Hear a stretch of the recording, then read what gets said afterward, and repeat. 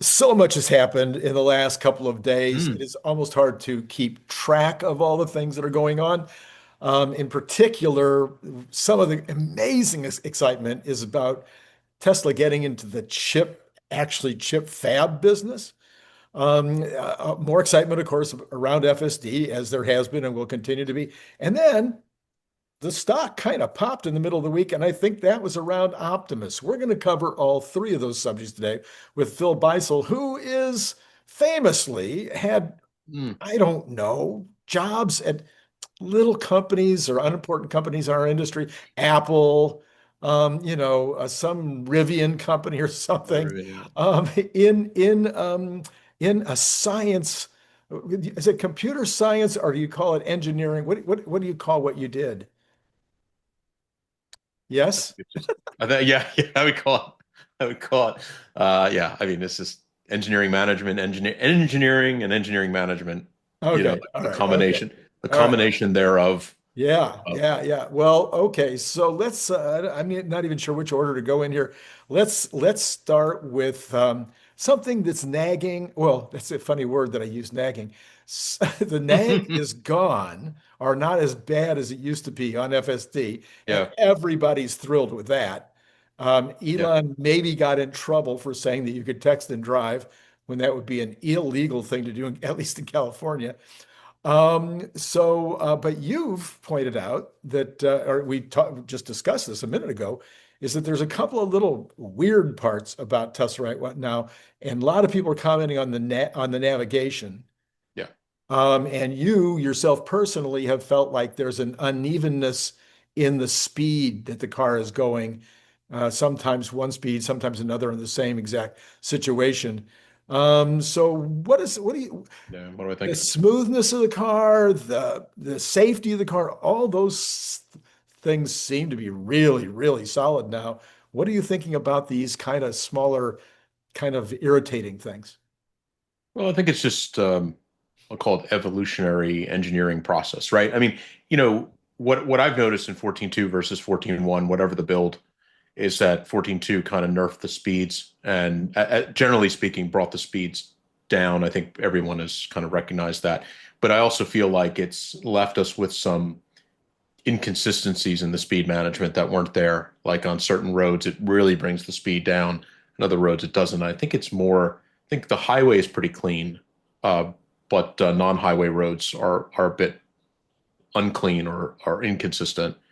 And I think that all gets fixed. I don't consider it a big deal. I just think it's like, I think they felt some pressure to, I think 14.1, the speeds were too aggressive Mhm. and they all needed to kind of come down. And I think its system isn't, I don't think it's tunable by just, a dial that says, let's bring speeds Right, down in right. each. I think it relates to um, some of the road particulars as well. So I think it's just it's just the evolutionary process Yeah, of okay, that's yeah, interesting. So how many things do you think they are taking into consideration? I mean, we have the speed limit that is posted, and yeah. so it should be able to read that at this point. Mm. We've got, like you just mentioned, you might have the road conditions at any moment might be different. It might be raining, it might be foggy, it might be snowing, it might be Yeah, just slick. yeah. So they got those. Then you've got the speed of the flow of the traffic. So if everybody's going 10 miles over, you're a bad person if you're going the speed limit. Well, and you're possibly unsafe too. You're possibly unsafe as well. So does Yeah. it take every piece of all of Yeah, the I think it's always been it's always going to be a combination of those things that I mean, right now the navigation system, assuming the maps are correct, and we should talk about that, will inform, what from a mapping point of view, what's going on is that the map system delivers to FSD road segments. These are small.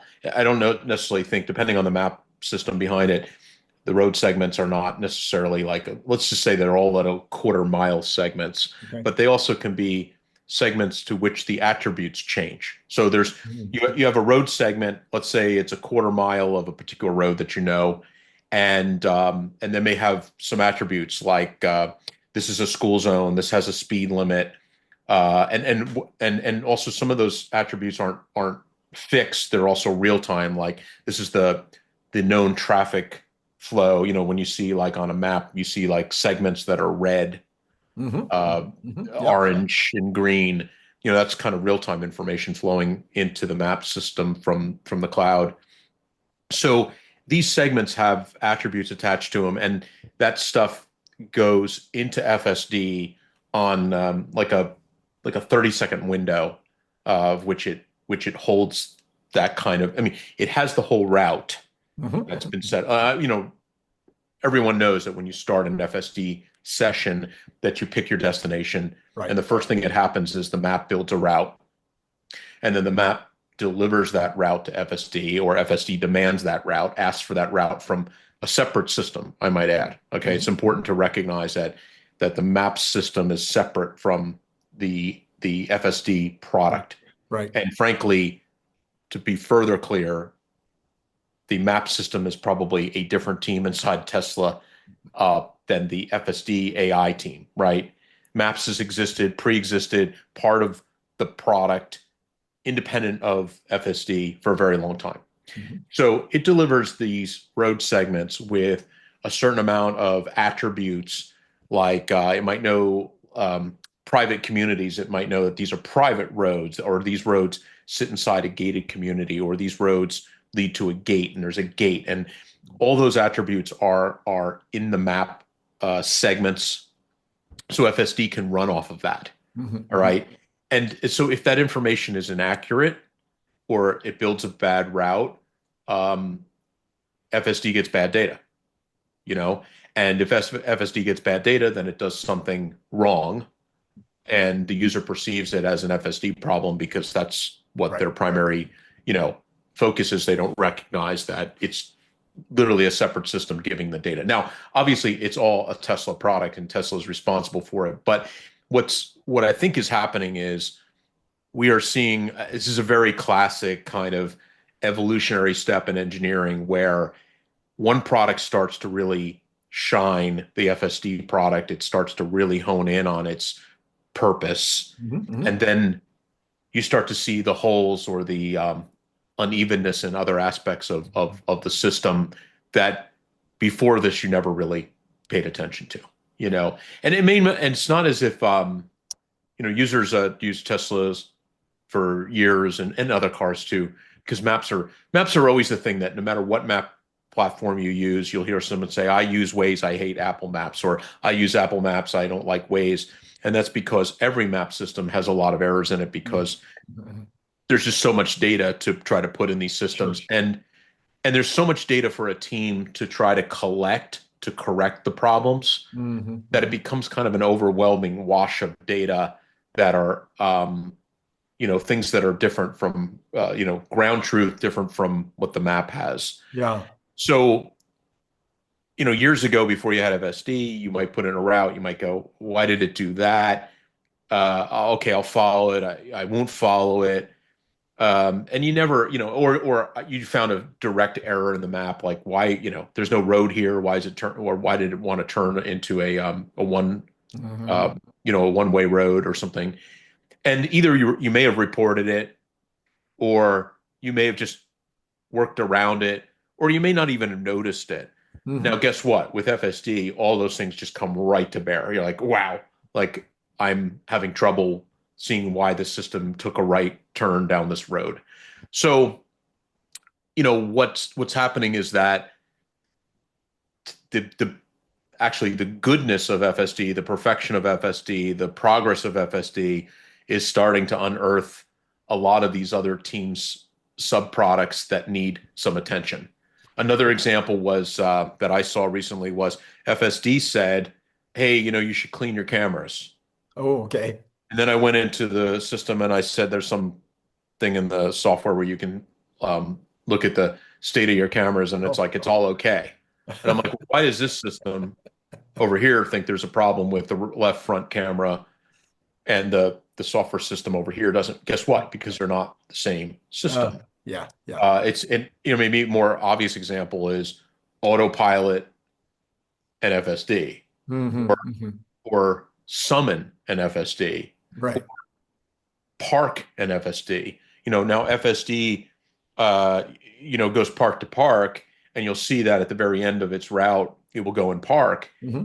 But the pre-existing park product that's in there that you still use if you manually drive the car and you pull into a parking lot and you see the little parking spots light up and you click on one and you ask the car to park, that's an algorithmic piece of code.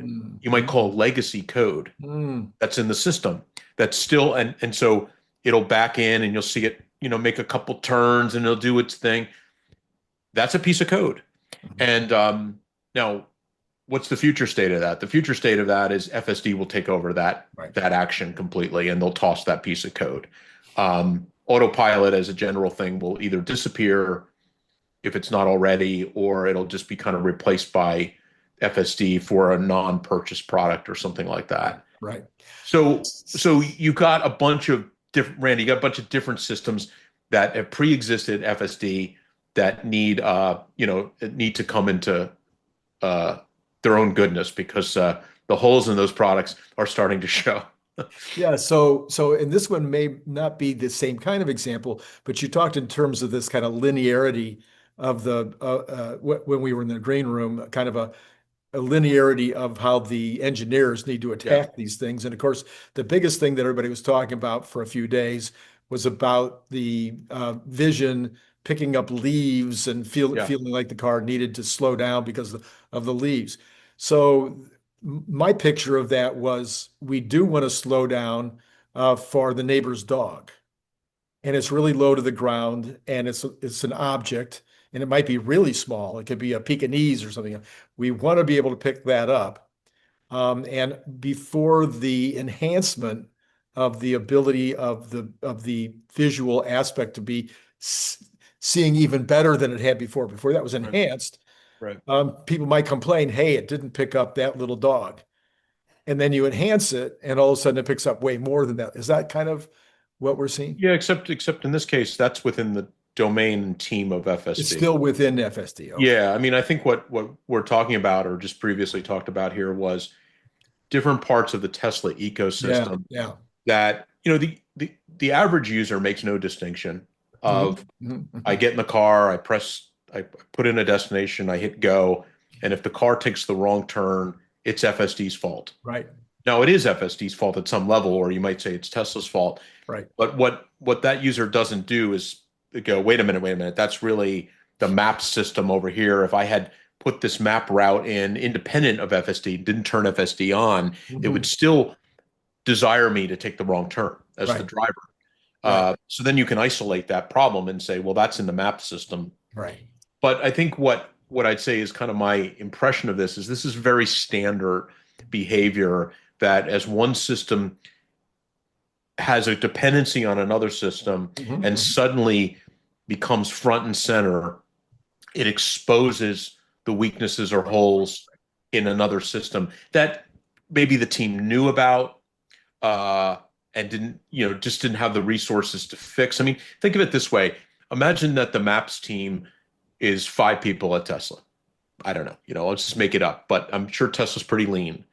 And now the FSD team is like swamping them, literally swamping them, like 10 requests a minute. I don't, making that up, but lots of things going in. You fix this, fix that, fix this road segment. This has got the wrong data. And they're just completely overwhelmed. And now last year or the year before, they asked for more resources and management said, no, you guys are good, work harder. But now, they need more resources because frankly, the problem is just too many pieces. Right. And that's normal. Yeah. That's normal. You just don't know what, even in the best engineering organizations, humans as a general rule are reactionary objects. Yeah. And it's very hard to plan this in a way that it's like some things you just go, because I did this, now this becomes a problem. And that's very, very normal. I mean, I don't have a great handful of examples, but I think in my engineering life at Rivian or Apple, that's about as normal as, Monday. I mean, it's just it's a common thing. And so then when a problem, now you got to go fix this system because it Right. doesn't do this, and now you got to go fix the system it relies on, and now the vendor didn't provide the right thing, and it kind of snowballs into or has a long tail that you've got to go deal with. And finally, because of these things, your engineering management lights up and says, "Yeah, I think you do need more resources."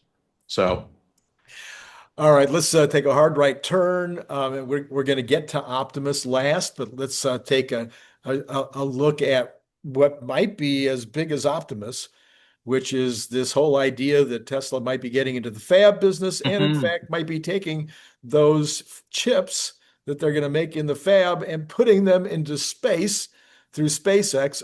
Brian Wong and I did a video on that Friday night, which, if you haven't seen it, everybody should see the video that Oh, Brian and I. I need to see it. That was absolutely a stunning video. It's getting Great. okay numbers, but I don't know. Maybe I gave it a horrible thumbnail or something. But it's just that was just bonkers in terms of the amount of science and the amount of information that Brian brought us on Friday night. Anyway, in order for Tesla to be a really major part of this space-based data center thing, the chips are going to be the big thing. Now, Oh yeah. Brian and I talked also a ton about space-based solar arrays, and I'm hoping that Tesla makes those space-based solar arrays as well. But for today, let's talk about the chips, about the fact that the AI5 chip is supposedly taped off. And for those of us who aren't in the business, maybe we didn't truly understand what Yeah, yeah. taped off was. So Taped I'm out. going to let you talk about where things are with the AI5. Yeah, no, so okay, first off, the chip is super important. I mean, literally linchpin, like it's the thing. It goes in Optimus, it goes in every vehicle, two in every vehicle, possibly two in every Optimus. It goes into space as an inference chip for just, inference purposes for XAI's needs and so forth. Um, and possibly other uses that we don't necessarily know about. Like, in other words, that chip could go in every Starlink terminal in the future where they switch to an AI mechanism, or it could go into the physical rocketry of SpaceX, Right. when they start doing more control algorithms by AI. Um, Because Elon said specifically that they have not used AI on Starship right, yet. right. Yeah, I mean, Yeah, they're doing kind of classic yeah, yeah. control stuff that, uh, and probably don't necessarily have the AI expertise yet to kind of swap some of it over, or don't feel the need yet. Right. But I'm sure there's a lot going on there. I mean, come on. But I mean, so this chip is absolutely critical, and if the products that take off in sizing, and particularly Optimus, I mean, data center is a whole other thing that is like the new kid on the block. But the required volumes of this chip are going to be off the charts. I mean, it's going to be there'll be more demands on that chip than Apple SoCs by far. Yeah, And I mean, and that's not a small number, yeah. right? I mean, Apple's selling, I don't know, 300 million. Is that right? About 300 million I haven't units a paid year. attention to that number for a while, so I'll just take your Yeah. word for I it. I hope it's not completely wrong, but I think about 300 plus million iPhones annually, and Yeah, yeah. that's 300 million AX chips. What their SoC. So this is a big deal, and so AI5. There's some, it's really interesting. AI5 needs to be. It's like a the Goldilocks principle: not too hot, not too cold. Here is a chip that is, they're taking the AI4 line of chips, and they're trying to further up, faster, better, cheaper, Right. better power efficiency per watt, and they really want that because Optimus has a small battery relative Mhm, to your mhm. car, right? Um, so it's super important that they make this, that they do all of this with this chip. And with AI4, what happened is these chips, by the way, are SoCs, right? System on chip Mhm. designs, and the principal three components on these chips are they've got an AI core for inference. That's why they exist, frankly. Okay, I mean, duh. Um, they've got a whole bunch of memory, lots of memory, and they've got a CPU as well. They have an ARM-based CPU. Probably the circuit design probably comes from license from ARM directly, like Cortex cores, if that's familiar to people listening. And so those are the three major components of this chip, other than the other necessary to make it go. I mean, you need a CPU to kind of control how the data flows through the neural network, right? There is no, it's the CPU is running code that's the harness of the system that deals with the inputs and the outputs, pushes the data through the neural network, gets it ready, pushes it through the, blah, blah, blah.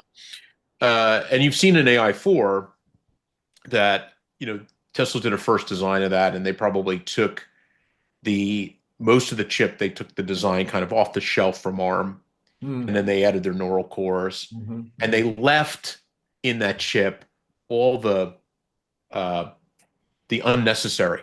Like the best example is they left the ISP, the image signal processor component, that most of these reference designs that come from like an ARM, et cetera, contain or have libraries or components for lots of things that are normally used in products like cell phones. I mean, if you see what Apple's done, Apple's put more and more in that SoC. They've compiled, the way this used to be is that you had a CPU on a board, you had memory over here, separate chips. You could open up the thing and you could see the memory, you could see the CPU, you could see the Bluetooth chip, you could see the LTE 5G chip.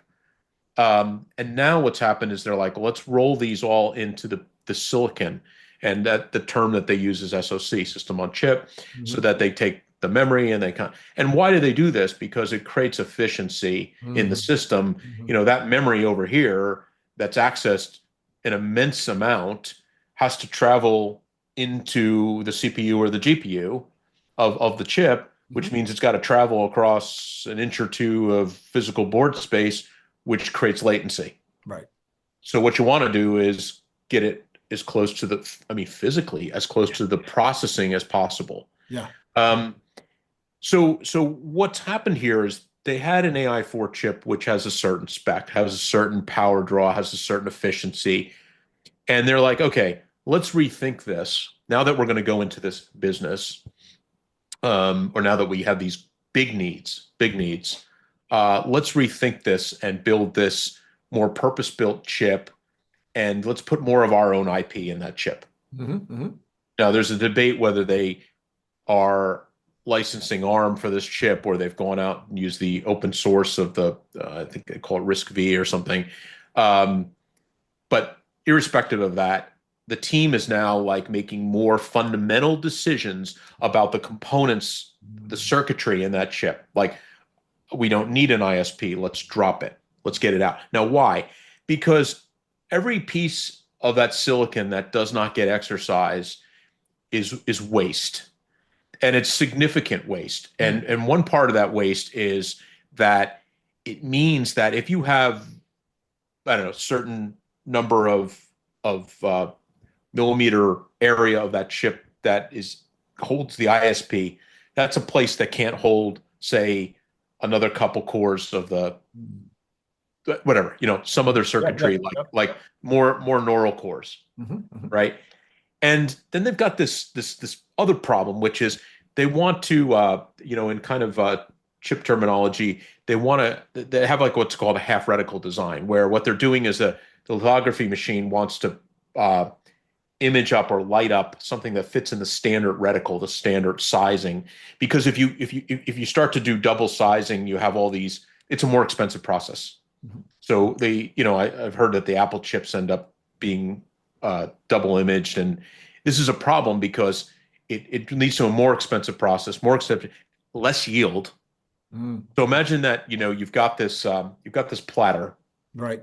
You got this wafer, and you can fit so many chips, kind of like align a set of X by Y, and usually it's X and Y are equal in terms of the numbers. It's a square, right? And you get so many chips on there, and when you cut them out and you test them, a certain number of those chips fail. They Right. just fail. They fail the test, and that you toss them in the garbage. Or frankly, in the more modern view of that, is some of them fail at the highest megahertz that they're trying to rate them at, or gigahertz, and they'll like test them at the highest gigahertz, and they'll get a maybe 20 chips past that, and then the next chips pass, next 40 chips past the okay. Some of the chips don't even work, right? There's just got little teeny aberrations that make some validation not work. So yield is important. I mean, imagine that you're trying to get millions of these chips out of a factory, but imagine that you had, only 20% yield, for example. What a waste that would be. Yeah. So they've got this they got strings pulling against strings in terms of constraints. They want as much of the neural cores as possible. They want to eliminate the power draw. Originally that chip was like 500-watt rated max draw. That's crazy fat for Optimus. They've got it down to 250 rumored. Then they want to fit it into that smallest package possible with as much features as possible, which as much yield as possible, with the least cost as possible. So all those decisions are being made actively by the chip team to figure out what's needed, and the constant pressure is by the software team. We need more.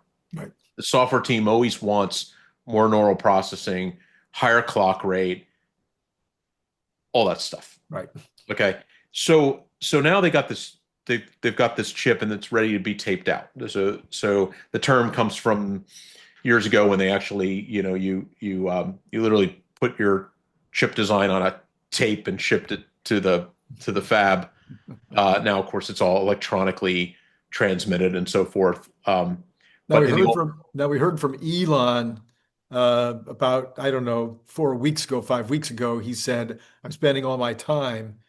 Or I'm spending a full day and night, usually until the wee hours, over at that chip design studio. Yeah. So in your experience and what you know about Elon, do you think that maybe the chip design team wasn't quite getting there and it needed that Elon touch to?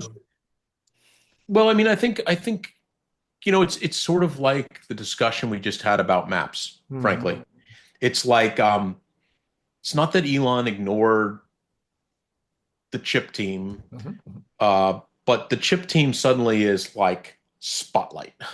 It's like Maps has got some spotlight on it. The chips, it's like all paths go through a high efficiency, low power, awesome chip now. Right.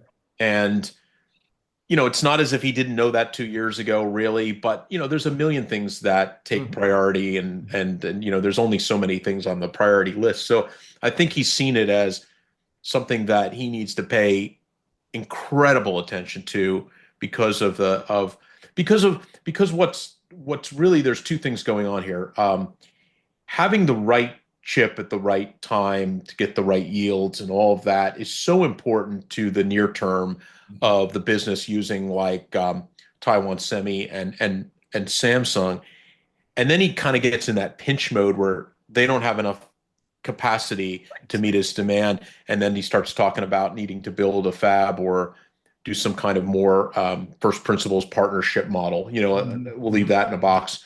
But I think, yeah, his focus. I mean, and by the way, it gets quite serious when you're in the last couple of weeks before tape out, because you send a chip. Software is something that's fungible. You can move it around. You can change it. You can create a new build. You can test a new build, and you can do an OTA to the car, over-the-air update to a car overnight. But when a chip is cast in silicon, and you get that mask built and that's kind of like, wow, you paid a lot to get there, and a lot of times those first samples don't work. Like the yield is effectively zero for the purpose, and you've got a retape, which cost you months and effort, time, energy, dollars. But dollars isn't really the real issue here. It's mostly about time.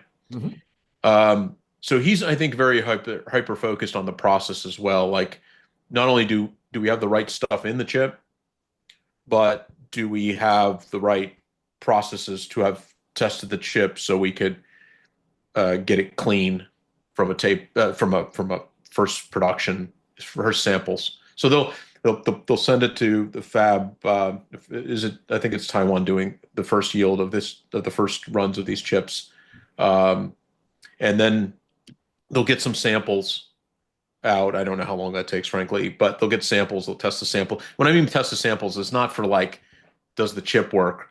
That's a different process, because the chip can fail right out of the gate. Right. But does it run our software? Right.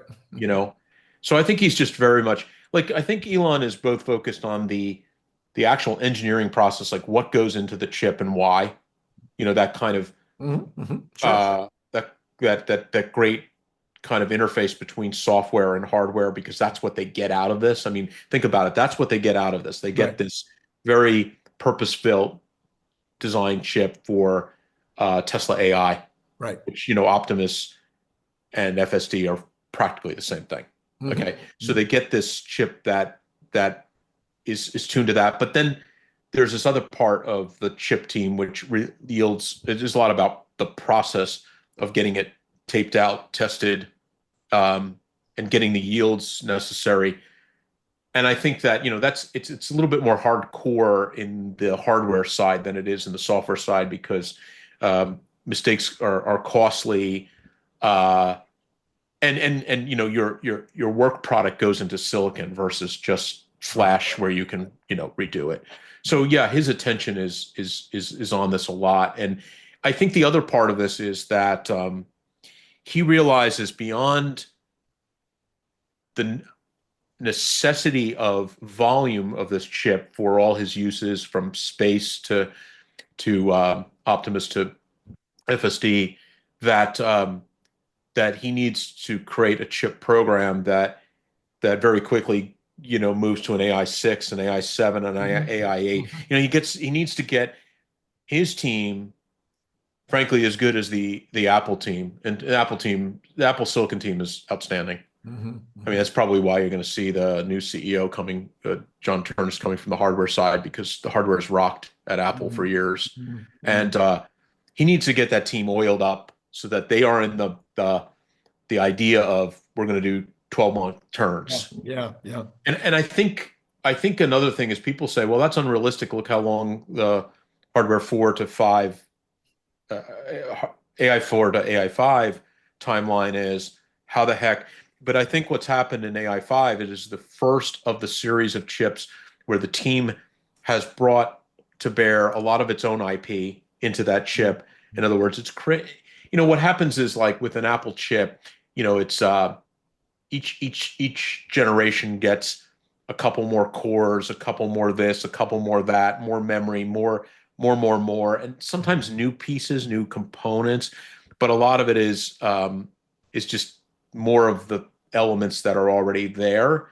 And I think, Tesla wasn't set up, or won't be set up until AI 5, to have the core IP laid down from that chip team, so that they can then turn that chip into so I think when you see an AI 6, you're not going to see, like, the differences between both internally and externally from a spec point of view between AI 4 and AI 5 are going to be much starker than AI 5 to AI 6 to AI 7. Those are going to be more incremental. Right. This is a big shift from AI 4 to AI 5. It's a big shift to set up for that 12-month cycling. Yeah. Cool. All right. So then that is the chip side of things. And again, for people who want to know more about the financial side of it and the potential. So I just give you a little more tease. All of us thought that, Optimus would be the largest TAM ever, that it would be the most profitable item ever in the history of the world. But Brian Wang was always saying, well, I'm not sure. He says, I think maybe Starlink will be even more profitable, because they're going to have 2 billion customers using Starlink, and that doesn't count the militaries and the sovereign nations and everything else. So I'm thinking that there's a chance anyway the Starlink will be the biggest deal. And then all of a sudden we come to putting data centers in space where the energy being created by the combined companies may be greater than the energy that's being created by the US now in space. Yeah, the space, that's, by the way, super interesting, and it almost leads back to our conversation about the focus on navigation all of a sudden out of the FSD product. It's the same problem here. It's the same thing showing itself. Remember, I was reaching for examples and I didn't have some. Well, I have another one now, which is the one you just brought up, which is inference demands are going through the roof. Right. Energy is becoming an obvious constraint. We can't just build data centers at speed and replicate them on terrestrial Earth because of those problems. Mm-hmm. Let's go to space. Oh my God, space becomes why did, 6 months ago, we were not talking about space. One guy was. Yeah, well, Brian Wang. True. But and by the way, internally, so was Google. They probably. Yeah, Google's been working on they're more in the proto. What's interesting is if you, I don't know all the things Brian said, and he's smarter than me, but here's what's obvious to me. All doors to space go through SpaceX. Okay, let's start there. Right. Primarily that's 100%. true. Yeah, and that in terms of data center in space, SpaceX is largely ahead of anybody by years by some measure, because guess what? Decades. Yeah. Yes, because they've already got this thing called the Starlink satellite V2, V3. And those things are just how they're going to do these things. They're going to grid form these things at probably higher altitudes in these collection of grids to do this. Now, the key is, if all things were held equal and there was no Tesla involved, where do you get your inference chip? Yeah. So, I guess Elon's hope and prayer here is that the AI5, AI6, AI7 are the inference chips of these things. And that makes sense, right? Why would he want to lean on NVIDIA, right? And I think, what you're going to see is, as a guess, is that you're not going to see, I don't think you're going to see as much training in space. You're going to see more inference. Inference, this is a silly thing because everybody should know that inference being the use of AI, the process where you're using the AI, that clearly runs at scale. Training happens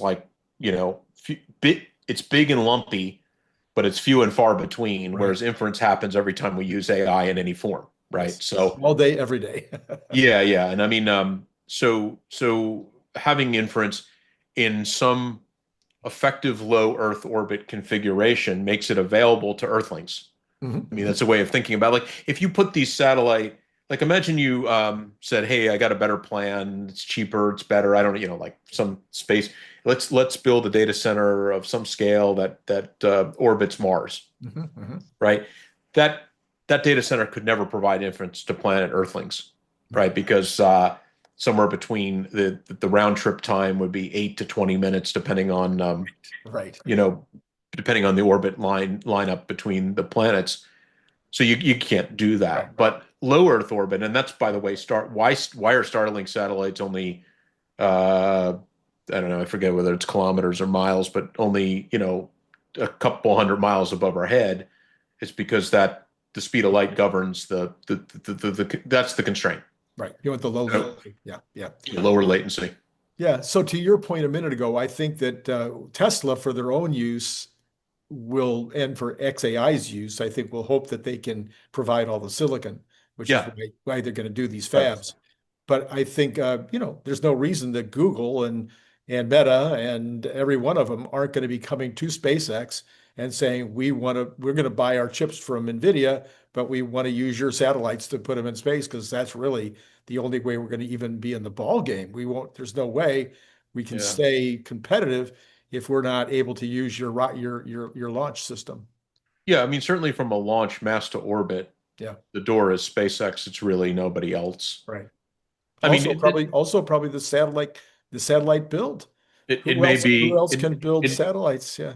yeah, I mean, you think about what's happened right now. Starlink is the most deployed satellite around planet Earth by a large amount. I know it's 80, 90% of the satellites in orbit from all time, from the beginning of time to now. And don't quote me on the numbers, but there's 10,000 plus Starlink satellites, Yeah, and they're running this at scale. They've got a factory. I think it's in Redmond. I'm not really sure, but they've got a factory building these things because unlike, like a lot of times when you're like, you're Lockheed and you're building some defense satellite or so forth, you're doing one build. You're doing 3 of these, you're doing 12 of these, you're doing 4 of these.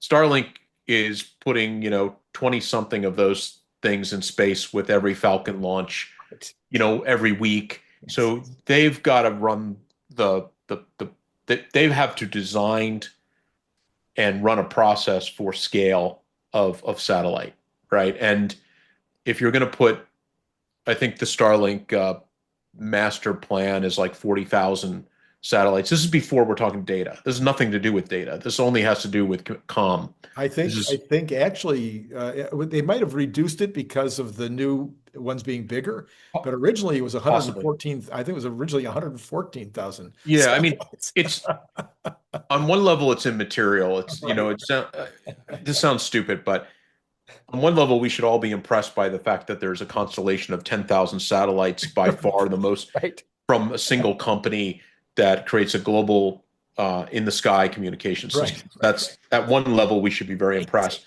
On another level, we have to realize that in space, that's why they call it space. This, if you ran through, you're not going to hit these things. They're, it's like you ever see these maps of like over the holiday weekend, this is how many planes were in the sky over the United States. Well, right. and it looks like this dense thing, and it looks like the whole United States is covered with planes. But if you did them at scale, Yeah. I mean, come on, like look up over Thanksgiving holiday, look up in the sky, do you Sorry, see no a plane? plane. Yeah. So there's plenty of room Yes. for Yes. lots of satellites. Yes. Your Let's next high quality problem for let's the Muskonomy. let's turn our attention to Optimus. Love it. Again, we think that the major part of the bump this week in the stock, quite frankly, with all the news that we had last week, the stock should be at about 600, just from last week's news. But probably the thing that most people who think they know what they're talking about, including me, thought that the bump was because of the timing, because the day that it happened was the Optimus videos. You were particularly apparently taken by the running one. Yeah. I didn't. I don't know enough to look at that hand, other than to look at the hand and go, "Boy, that looks like a human hand." Yeah. But No, I on mean, the running, there might have been more engineering things to look at. What did you see? yeah, I did a post on it this week because I thought that first off, it was running like a human. Yeah.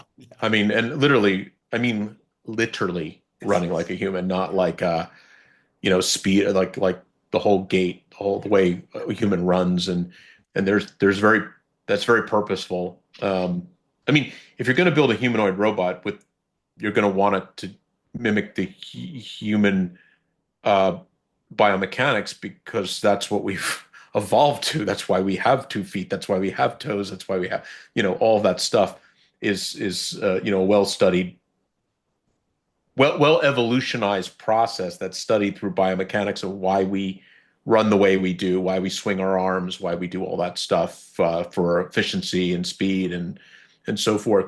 So that little video was awesome, I think. And to me, it had nothing to do with running. Like what it did was it told me that 2 things have come into sharp focus here on by the way, previous platform, right? The thing that was running is I think the V25 Right. Optimus platform, not the V3 platform. Correct. Okay. Yes. And by the way, the team is probably starved for units, so they're going to use the 2.5 build products to do testing and so forth. But to me, it was a tell. And that's what I was really getting into with that post, where I said, look, this is what we've got here is 2 things have come strongly into focus. The AI component, and we'll talk more about that because I'm the software guy, not the hardware guy. And the fact that these many actuators are being actuated to create the running behavior, right? In other words, all those little actuators have to fire, and they have to fire at very tight tolerances. And the things that I would leave open are, how long could it run, Right. if it could run? Right. If we saw it, here's an impressive demo. Have it run around a track at a football field, as many times as we could see it in a video, and see where two things happen. It overheats and falls down, Right.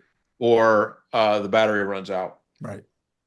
I suspect that the big problem that they are concerned about is battery sizing to weight in other words, it's got 2 to 2.5 kilowatt hour battery. And that's got to do a lot because it's got all these motors. It's not, so in a car, the battery is about moving mass. Yeah. In Optimus, it's not so much about moving mass. It has its own mass, but on a scaled basis, there's a lot of mass relative to the battery size, right? Ratio. But you got a lot of motors that you have to operate. Yeah.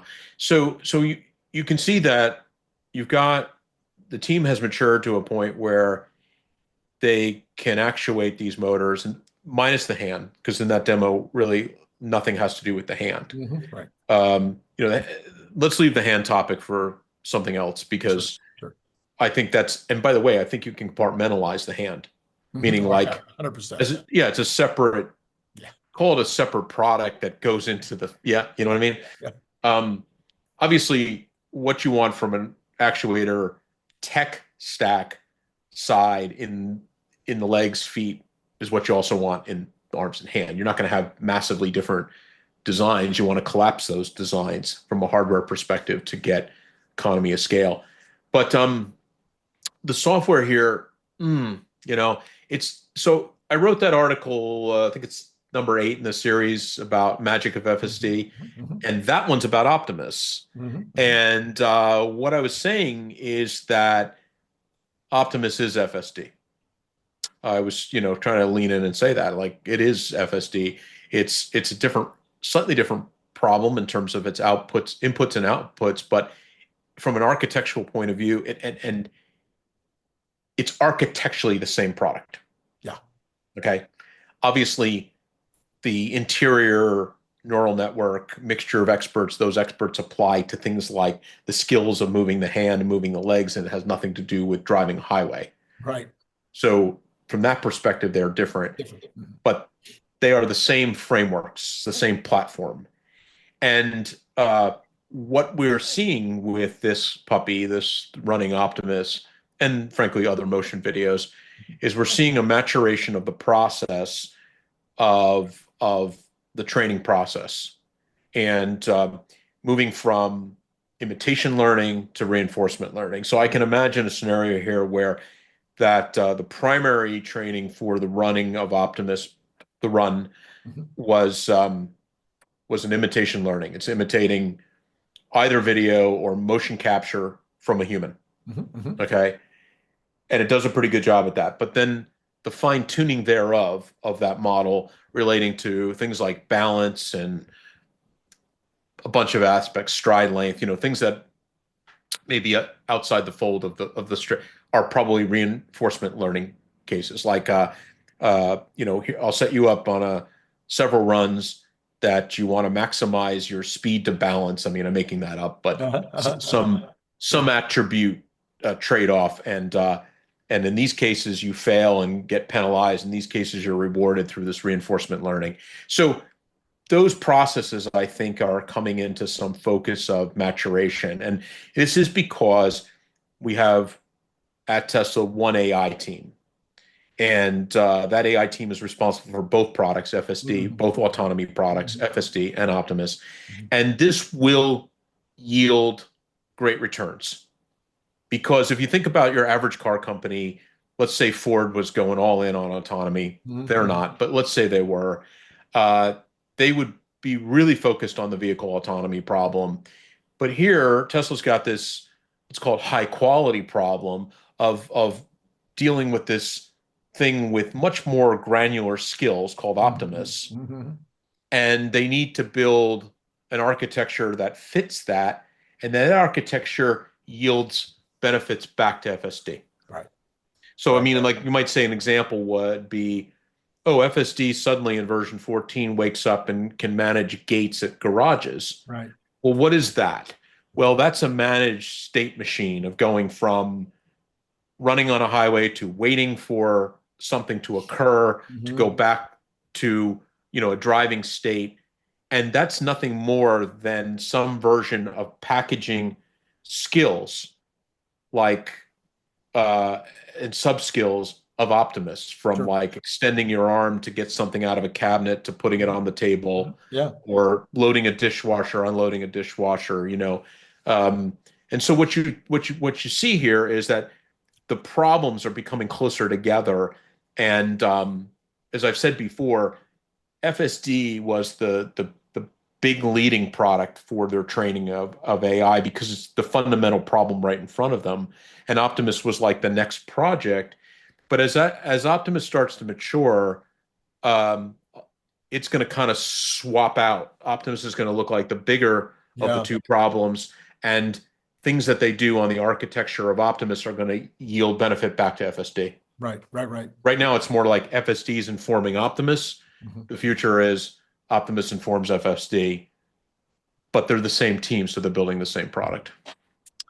All right. Well, I think we covered the three things that we promised that we would cover today. I'm just again kind of I was maxed out at one point during the week. I even told Brian on Friday night, I said, I can't even remember what part two of his show was going to be about, because the part one, in terms of these data centers in space, was so overwhelmingly cool and interesting that it was hard. My brain just couldn't get to the next subject, but we figured it out because I think we're both smart. Yeah, well, I think what we're seeing is all of our activity and trying to keep up is kind of showing us how much Elon is focused right now. Yeah, I do too. In other words, I said it the other day. 100%. 100% you agree. can see. I mean, actually, you can see that if you look. His outside this ridiculous EU thing that popped up, he's been less. He's had less time on X, and I think that's good for a lot of reasons. I don't mean like Elon's welcome to say what he wants, and he can always say what he wants, and I think it's great. But my point is, when you see him not as when you see his tweet velocity go down, it's not because he's sleeping. It's because he's over at XAI in Palo Alto talking to the team about sleeping on the factory floor.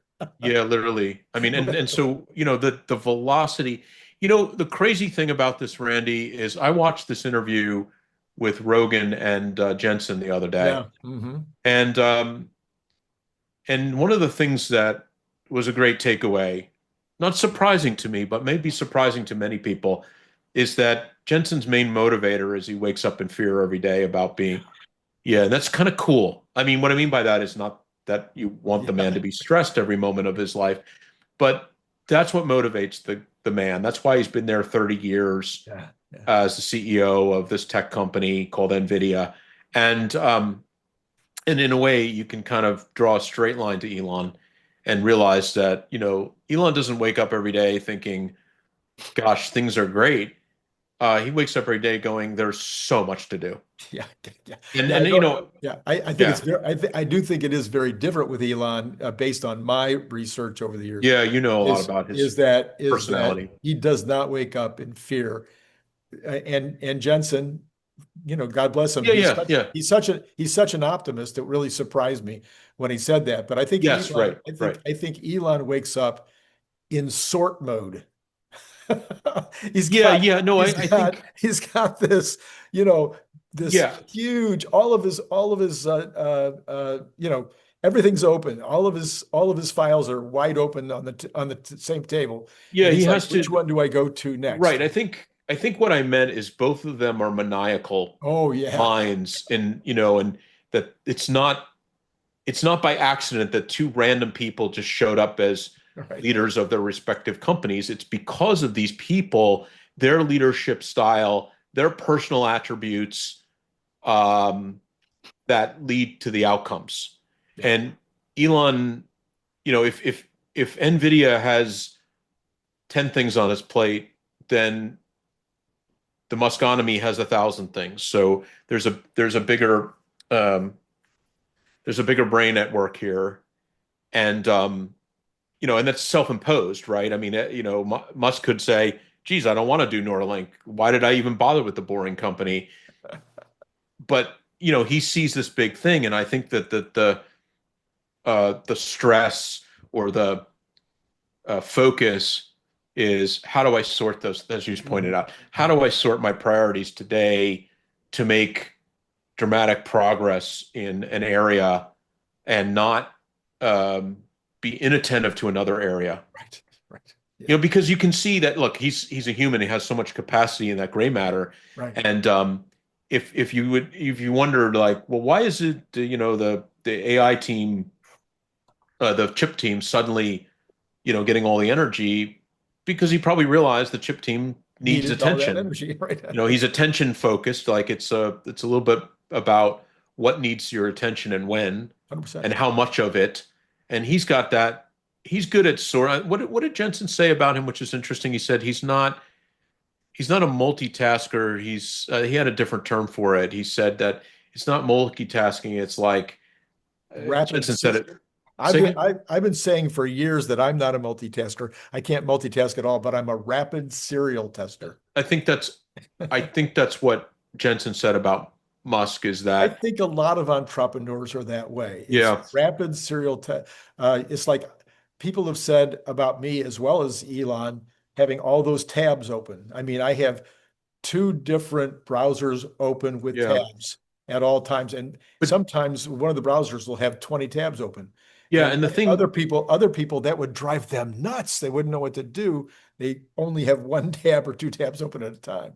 yeah, I think the thing is, what Elon has to do is he has to make the trade-off between, in other words, there are many tabs open, and when he presses tab one, how much time does he spend on tab one? Yes. But I think what Elon's very good at is when he's on tab one, he's on tab Tab one. one. Yeah, yeah, yeah, yeah. That's the difference between Elon and the rest of us. That I Yeah. think when he gets on that tab, Yeah. he knows that that stuff is sitting there, Right. but he doesn't, like, he's not switching like a crazy he's not multi-processing at a high rate. He's serializing, as you said, focusing on one thing, going deep on it, as deep as he feels he needs to, Right. and then jumping to the next thing, Yeah.